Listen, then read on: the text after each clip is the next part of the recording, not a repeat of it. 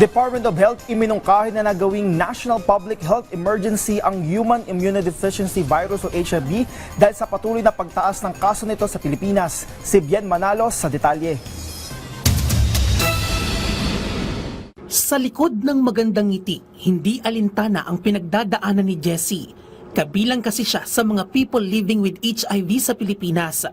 Taong 2007, magdudonate lang sana siya ng dugo sa kanyang kaibigan nang maudlot ito matapos magpositibo sa HIV. Halos gumuho ang kanyang mundo at mawala ng pag-asa nang malaman ang naging resulta. Pero aminado naman siya na sa pagiging mapusok, nadala na rin ng kanyang kabataan na kuha ang sakit. Nung natanggap ko yung result, sabi ko doon sa doktor, Doc, mamamatay na ba ako? Pero sabi naman niya, Sir, hindi naman ibig sabihin meron kanyan. Pero sa sitwasyon nyo, may magagawa pa naman. At ngayong isa siya sa mga advocate sa pagsugpo ng HIV at tumatayo rin bilang Vice President ng isang NGO na tumutulong sa mga people living with HIV, lubos siyang nababahala sa patuloy na pagtaas ng kaso ng HIV sa bansa, lalo pa at pabata ng pabata ang tinatamaan nito. Nakakabahala ito kasi hindi ito biro na sana isipin nila na ang HIV ay napakahirap na sakit. Lalo na ngayon naglipana na yung mga dating apps, gay apps. Magsisimula din kasi sa atin sa sarili natin kung paano natin iingatan yung bawat isa sa atin. Nababahala ang kagawaran ng kalusugan sa patuloy na pagsipa ng kaso ng HIV sa Pilipinas. Sa datos ng kagawaran, umabot na sa mahigit 5,000 individual ang mga bagong kumpirmadong nagpositibo sa HIV sa unang 3 buwan pa lang yan ng 2025. Mas mataas yan ng 50% kumpara sa kaparehong panahon noong nakaraang taon.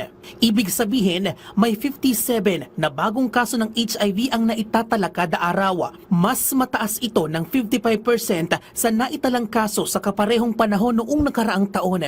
Sa kabuuan, umabot na sa mahigit 148,000 ang bilang ng kaso ng HIV sa Pilipinas.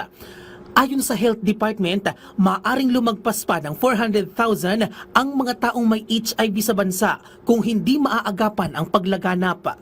Iminumungkahi ng Department of Health na gawin ng National Public Health Emergency ang HIV dahil sa patuloy na paglobo ng kaso nito sa Pilipinas na tumaas pa ng mahigit 500%. Karamihan sa mga naiulat na tinamaan ng HIV ay pawang mga kabataan, edad 15 taong gulang hanggang 25 taong gulang, habang 12 taong gulang naman ang pinakabatang na-diagnose na may HIV sa probinsya ng Palawan. Ang malaking problema po natin hindi monkeypox kundi ang paglaganap ng HIV. Sa datos natin, tayo na ang pinakamataas na new cases dito sa Western Pacific region. Ang nakakatakot lang, napakarami po ang ating new cases sa ating mga kabataan. Dahil dito, mas paiigtingin ng DOH ang information dissemination at enhanced treatment protocols laban sa naturang sakit. Gayon din ang pagpapalawig ng HIV testing sa buong bansa. Kaya kailangan po ma-increase natin ang testing, ma-increase natin ang prevention, ma-increase natin ang treatment at ang bumaba ang viral load. Kaya payo ng kagawaran, sundin ang ilang paalala para makaiwas sa HIV/AIDS. Bien Manalo para sa Pambansang TV sa Bagong Pilipinas.